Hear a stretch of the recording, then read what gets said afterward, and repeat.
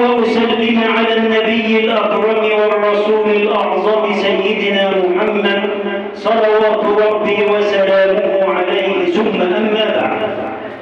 فتحتفل الأمة الإسلامية كلها اليوم بميلاد النبي صلى الله عليه وسلم، بل إن السماء تحتفل به والأرض تحتفل به، الكون كله يحتفل بميلاده صلى الله عليه وسلم. ولكن احتفال المسلمون بمولده صلى الله عليه وسلم يكون باتباع سنته والسير على نهجه، وأن نتعلم من أخلاقه صلى الله عليه وسلم. فاليوم نتحدث عن خلق من أخلاق النبي صلى الله عليه وسلم نريد أن نطبقه بيننا، ألا وهو خلق الرفق والرحمة الذي يجب أن يسود بين الناس. يقول النبي صلى الله عليه وسلم: لا يكون الرفق في شيء إلا زانه، وما نزع من شيء إلا شانه. الرفق يعني لين، تعامل الناس بأسلوب حسن، بكلمة طيبة. يضرب النبي صلى الله عليه وسلم أروع الأمثلة في هذا الباب، فيجلس في المسجد بين أصحابه فإذا بشاب في انفوال شبابه يدخل وتتأكد نار الشهوة في قلبه، يقول له: يا رسول الله إذن لي. ماذا يطلب الشاب؟ يأذن له بماذا؟ بالجهاد؟ بأن يجلس معهم يتلقى العلم، يسمع له بالذكر؟ ماذا؟ فقال: إذن لي بالزنا يا رسول الله.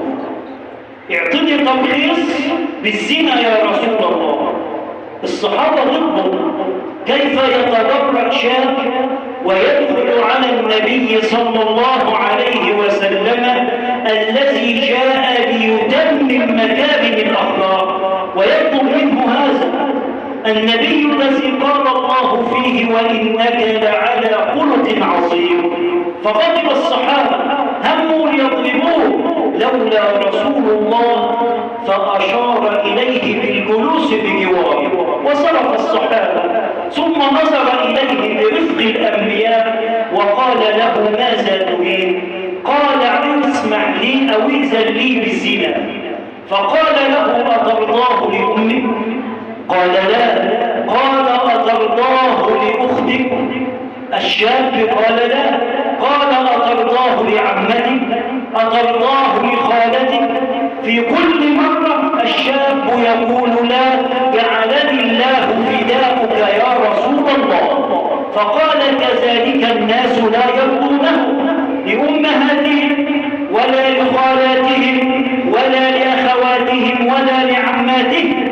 فينظر الشاب إلى النبي، شاب مريض بمرض الشهوة، بمرض المعصية. قال: ادعو الله لي يا رسول الله. النبي عايز يعلمنا ايه من الحديث ده؟ هو عايز يقول لك ان انت ما تكرهش العاصي. واحد بيعمل معصية ما تكرهوش، لكن اكره المعصية بتاعته. واحد بيعمل ذنب، اكره الذنب اللي بيعمله، لكن ما تكرهش المسلم. قلنا الحسن البصري عندما وجد شابا يشرب خمرا والناس تلعنه فقال: لا تلعنوه. فقالوا: ألا تكرهوه؟ ما تكرهوش؟ قال: إني أكره المعصية، فإن تاب منها فهو أخي في الله. لا تكن عونا للشيطان على أخيك. إحنا دلوقتي في ابننا قبل ماشيين، انت ربنا هداك في المسجد واللي ماشي معاك ربنا ما قالوش ليه قاعد على القهوه، يبقى الهدايه منك ولا من ربنا؟ الهدايه من الله. فاحمد الله ان هداك الى الخير وادعو لصاحب المعصيه ان يهديه الله مثلما هداك. فلا تكن عونا للشيطان على اخيك. ده اللي النبي عايز يعلمه الصحابه. قال لهم اسكتوا، واجلس الشاب اللي جواره فلما الشاب سمع كلام النبي قال له ادعو الله لي يا رسول الله أن يهدي قلبي. فوضع النبي يده على صدر الشاب وقال اللهم حصن فرجه وطهر قلبه واغفر ذنبه. 3 دعوات من النبي. الشاب بعدهم يعمل ايه؟ ينظر الى النبي ويقول يا رسول الله دخلت عليك واحب شيء الي الزنا وانا الان ابغض شيء الي هو الزنا يا رسول الله. يبقى مش عيب ان انت تدعي العصر تلاقي واحد على معصيه ما تقولش الله يلعنه. في ناس زي ما قلت قبل كده لما يقول لك صاحبك ده هو ينصحه من الصبح للظهر، لما ما يطعمش ضلله من الظهر للعشاء، دي غلط. النبي شوف الشاب عاوز يزني والنبي يدعي له بالهدايه. فانت لما تشوف انسان عاصي ان ما سمعش حتى نصيحتك ادعي له ان ربنا سبحانه وتعالى يهديه مثل ما هداك. يجلس صلى الله عليه وسلم ايضا في المسجد. يعني مواقف النبي دي كلها بتعلمنا ازاي نتعامل بالرفق بين الناس. شاب دخل وقام راجع في جانب المسجد وتلوث في جانب او زاويه من زوايا المسجد وبال. الصحابه ايمنهم فقالوا لا تزلموهم لا تقطعوا عليه دوله. لما انتهى اتى بدلو به ماء وصبه فوق الأيبول طهر المكان وقال له إن هذه المساجد لا تصلح لشيء من هذه الأوساخ والأقصار إنما هي لذكر الله والصلاة. يبقى النصيحة تكون بالإيه؟ بالرفق وباللين. النصيحة ما تكونش بالعنف. إحنا في مجتمعنا النهارده ينقصنا هذه. الإنسان لما تقول واحد اتقي الله يغضب، لما تقول له حرام عليك بيزعل. لكن عمر بن الخطاب وهو أمير المؤمنين المرأة العجوز تقول له اتق الله يا عمر، فاللي حواليه يقول له أمير المؤمنين يقول له اسكت والله لا خير فيهم إن لم يقولوها ولا خير فينا إن لم نقبلها منهم. يبقى لما تقول واحد حرام عليك بيزعل تقول له انت كده على غلط بيزعل منك ما بيقبلش النصيحة. احنا عايزين نعيد للإسلام الأخلاق بتاعته. النبي الله سبحانه وتعالى لما فرعون قال أنا ربكم الأعلى وقال ما علمت لكم من إله غير بدل ما قلت لي 42 سنة. ولما جه سيدنا موسى عليه السلام قال له ايه؟ قال له وقل اذهبا إلى فرعون إنه طغى فقولا له قولا لينا لعله يتذكر أو يخشى. ويقول أنا ربكم الأعلى ما بيقولش أنا نبي أو أنا رسول أو أنا عالم، ده بيقول أنا إله. وربنا يقول لموسى وفرعون فقولا له قولا موسى وهارون فقولا له قولا لينا لعله يتذكر أو يخشى. كان قتادة في تفسير الآية هي يقول إيه؟ يقول له يا ربي ما أحلمك إذا كان هذا رفقك بمن طغى وبغى وقال أنا ربكم الأعلى فكيف حلمك بمن سجد لك وسبح وقال سبحان ربي الأعلى. ولذا لما جاء أحد الدعاء بيدعو الناس بجد وبالغصة فنظر إليه أحد الناس وقال له يا هذا لقد أرسل الله من هو أفضل وأحسن منك إلى من هو أشر مني. أنت أحسن من موسى وهارون؟ قال لا. قال هل أنا أشر من فرعون؟ قال لا. قال ورغم ذلك الله عز وجل قال لموسى وفرعون اذهبا إلى فرعون إنه طغى فقولا له قولا لينا لعله يتذكر أو يخشى. يبقى اللي بيوقع الناس في العنف ايه اللي بيخلي الدنيا كلها ضيقه؟ النعمه ما بتحملش بعض. لو واحد غلط في واحد بكلمه التاني ما عندوش رفق ما عندوش حلم ان هو يتحمله. النبي صلى الله عليه وسلم لما قال والنساء اصواتهن يعلون على النبي صلى الله عليه وسلم بيطلبوا النبي بالنفقه. نساء النبي صلى الله عليه وسلم او نساء قريش بيطلبوا النبي صلى الله عليه وسلم بالنفقه واصواتهم عاليه. فعمر بن الخطاب داخل، فلما سمعوا صوت عمر ابتدرنا الحجاب، وطوا أصواتهم وهم يلبسوا الحجاب. فالنبي تبسم وضحك، فإن عمر قال له: مما تضحك يا رسول الله؟ قال له: أضحك من هؤلاء عندما سمعنا صوته ابتدرنا الحجاب، يلبسوا الحجاب وخفضوا أصواتهم. فعمر قال لهم: يا عدوات أنفسكن أتهبنني أكثر من رسول الله؟ أنتم بتخافوني وتهابون أكثر من النبي؟ فالنساء قالوا: نعم يا عمر، أنت أخص وأخلص من رسول الله. فالنبي تبسم وقال له: يا عمر، ما رآك الشيطان تسلك فجا إلا سلك فجا غير فجا. قال له: الشيطان نفسه يا عمر لما يلاقيك ماشي في طريق بياخد طريق الطريق. من ايه؟ من شدة عمر وغيظته. بس عمر كان شديد في الحق، لكن شوفوا رأفة النبي صلى الله عليه وسلم ورفقه. فكان صلى الله عليه وسلم رفيقا ويعلم الناس الرفق. فننظر إليه عندما كان في سفر وكانت النساء معه على الهودج. الهودج يعني اللي هو محطوط فوق الجبل، كانوا يصنعوا كده حاجة زي القفص كده أو الصندوق كده، وكانت المرأة بتركب فيه. فكان معه واحد بيغني أو بيمشي أو يحدو، اسمه الحداء للإبل. فكان لما بيحدو للإبل، فالإبل كانت بتسرع في المشي، بتجيلها حالة من النشوات أو الصقر، ده كله الصقراء، فكانت تقطع المسافة الطويلة في وقت قصير. فكان اسمه أنجشة. فكان يحدو للإبل، فالإبل أسرعت، فكان الهودج فوق الإبل كان بيتمايل كده بالنساء. فالنبي صلى الله عليه وسلم ينظر إلى أنجشة يقول له: رفقا بالنساء يا أنجشة، رفقا بالقوارير يا أنجشة.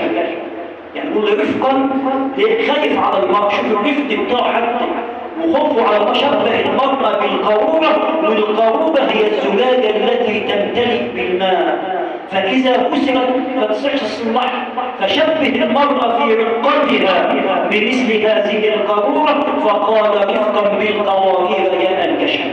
فالنبي صلى الله عليه وسلم ضرب أروع الأمثلة في الرحمة والرفق بجميع المجالات وفي جميع نواحي الحياة صلى الله عليه وسلم. انظر إليه صلى الله عليه وسلم وهو يقص علينا ما فعله سيدنا موسى عندما خرج للاستسقاء. أكذبت السماء ولم تنبت الأرض، السماء ما بتمطرش والأرض ما بتطلعش الزرع. فخرج سيدنا موسى في وسط 70,000 من قوم من بني إسرائيل، طلعوا يصلوا صلاة الاستسقاء، فقعدوا يدعوا ربنا فما ازدادت السماء إلا تقشفا. فسيدنا موسى بيدعي ربه يقول له: يا رب، دعوناك فلم تستجب لنا، اسقنا غيثا ولا تقنطنا من رحمتك. فقال له: يا موسى، فيكم عبد يبارزني بالمعاصي منذ 40 سنة. فقال له: 40 سنة بيعصيني، فبشؤم ذنبه منعتم القطر من السماء.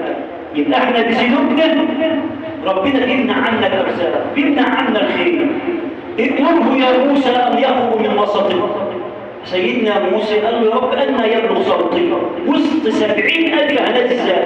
قال له: نادي يا موسى، عليك النداء. فسيدنا موسى قام في وسط 70,000 من بني إسرائيل ينادي: يا أيها العبد الذي يبارز الله بالمعاصي منذ 40 سنة، اخرج من وسطنا فبشؤم ذنبك منعنا القطر من السماء.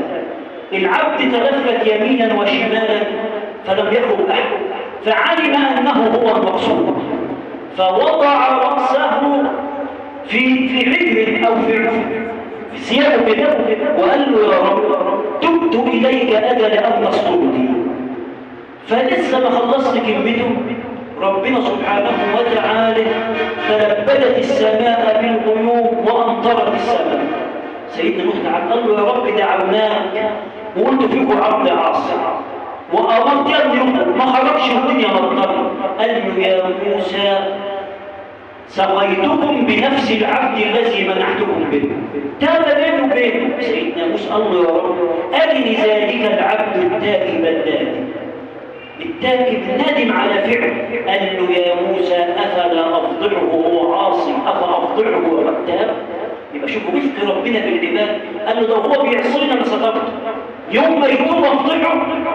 يا موسى لم افضحه وهو عاصي افافضحه وقد تاب الي. يبقى شوفوا رحمه ربنا ورفق ربنا سبحانه وتعالى بالعباد. النبي صلى الله عليه وسلم يجلس.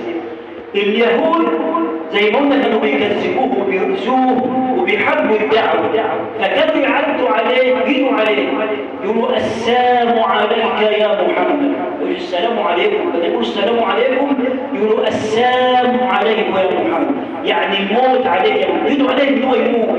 السيدة عائشة سمعتهم فغضبت، قالت لهم الموت عليكم واللعنة عليكم. فالنبي غضب مننا. طب يغضب مننا ولا يغضب من اليهود؟ يقول يا رسول الله بيدوا عليه أما سمعت ما قالوه؟ فقال لها أما سمعت ما رددت عليهم؟ هم يقولوا السلام عليك يا محمد، فيقول لهم وعليك، فيقول لهم قال لها أما سمعت ما قلت؟ يستجيب الله لي فيهم ولا يستجيب لهم فيهم. طب ايه معنى الكلام ده؟ بيقول لك ان كتير بتشوفوا اليمن تلاقيه صلى وجاي عليه ومفترى عليه ويدعى عليه يقول لك انك لله تمام. هي دعوه الظالم كده. النبي يقول لك اهو قال لها يا عائشه يستجيب الله لي فيهم ولا يستجيب لهم فيهم. هم اللي بيظلمون النهارده. بيقول لك ليه بيظلمك وبيشتمك وجاي عليك هو اللي مقطع هو اللي ويقول لك منك لله ويجي عليه كمان.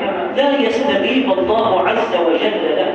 الله يستجيب دعوة المظلوم ليس بينها وبين الله عز وجل حجاب، يرفعها الله فوق السماء ويقول لها وعزتي وجلالي لأنصرنك ولو بعد حين. يبقى عايزين نتعلم من النبي صلى الله عليه وسلم، نتعلم منه الرفق. التعامل بيننا وبين بعضنا يكون ازاي؟ النبي صلى الله عليه وسلم لما رجع من الغزوة وجلس الجيش يستريح، كل واحد خد له شجرة كده في ظل البستان أو عدد قاعد يستريح الجيش، فالنبي علق السيف بتاعه على شجرة. فقام مشرك كان مختبئ خلى النبي نام وقام واخد السيف بتاعه. قال له من يعصمك مني الآن يا محمد؟ ما الصحابة كل واحد تفرغ في تحت شجر ينام فيه. فلقى النبي لوحده فخد السيف بتاع النبي صلى الله عليه وسلم وقال له من يعصمك مني الآن يا محمد؟ فالنبي قال له الله.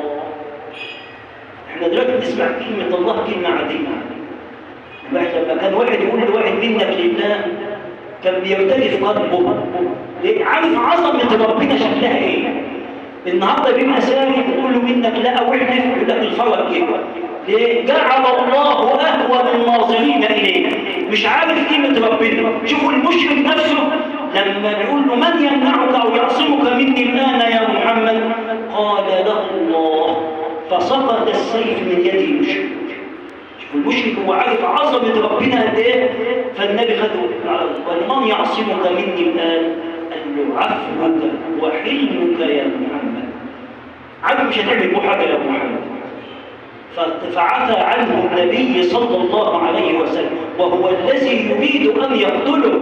فالنبي صلى الله عليه وسلم في احتفالنا به نقتدي بسنته، فقد ضرب أروع الأمثلة في العفو، وهناك الكثير والكثير. عفى عن المرأة التي وضعت له السم في الطعام، عفى عن ذلك المشرك الذي تسلط فوق جدار يريد أن يرمي عليه الحجر، عفى عنه. عفى عن لبيد بن الأعصم الذي سحره، عفى عنه. وضرب أروع الأمثلة في العلم والرفق، فنريد في ميلاده صلى الله عليه وسلم أن نقتدي به. وأكتفي بذلك القدر، والسلام عليكم ورحمة الله.